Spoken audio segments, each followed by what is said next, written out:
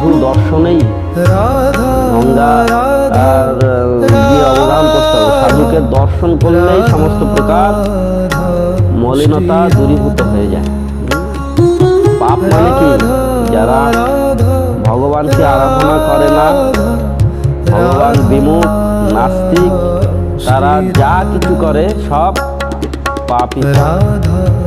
সেই ভগবান বহির্মুখ ব্যক্তি সাধু দর্শনের দ্বারা ওই পাপগুলোর মানে ভগবত বিমুখতা তার তৎক্ষণাৎ দূরীভূত হয়ে যায়। তার মধ্যে ভগবানের প্রতি দৃঢ় বিশ্বাস, শ্রদ্ধা আদির উদয় হয়। এইটাই হচ্ছে পাপ। পাপ মানে কি? এই কর্মফলের পাপ, সারা জীবন কর্ম করেছি,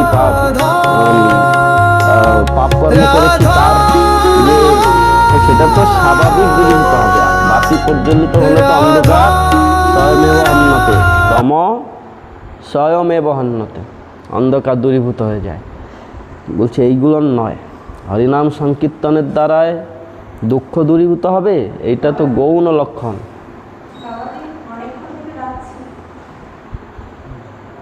নাম সংকীর্তন যস্য সর্ব পাপ প্রণশন প্রণম দুঃখ সমনস তং নমামি হরিং পরম।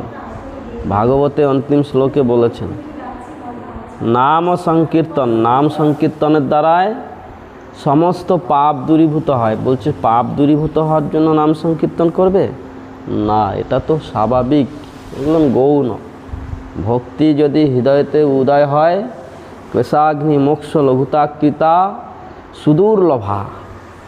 সমস্ত ক্লেশাগ্নি বলছে ভক্তি হওয়ার সঙ্গে সঙ্গে সমস্ত প্রকার ক্লেশ, ক্লেশ মানে এই পাপ, পাপের ফল, পাপরূপ বৃক্ষের পাপরূপ বৃক্ষের দুঃখরূপ ফল। পাপ, এই যে আমরা দুঃখ, যন্ত্রণা, কষ্ট, এই তাপ ভোগ করছি না, তখন কত রকম এই শারীরিক যন্ত্রণা, মানসিক যন্ত্রণা, ত্রিতাপ, জ্বালা, আদি ভৌতিক, আদি দৈবিক, আধ্যাত্মিক, আদি ভৌতিক তাপ। ভৌতিক তাপ মানে জানো? এই তাপ কয় প্রকার? হ্যাঁ, 4 প্রকার। তাপ কয় প্রকার? 4 প্রকার। কয় প্রকার? 4 প্রকার।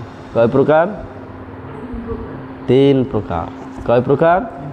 3 প্রকার। 5 প্রকার। এক মানে 5 জন বলবে 5, একজন 1 প্রকার, একজন 2 প্রকার, একজন 3 প্রকার, মানে 5 জন 5 প্রকার।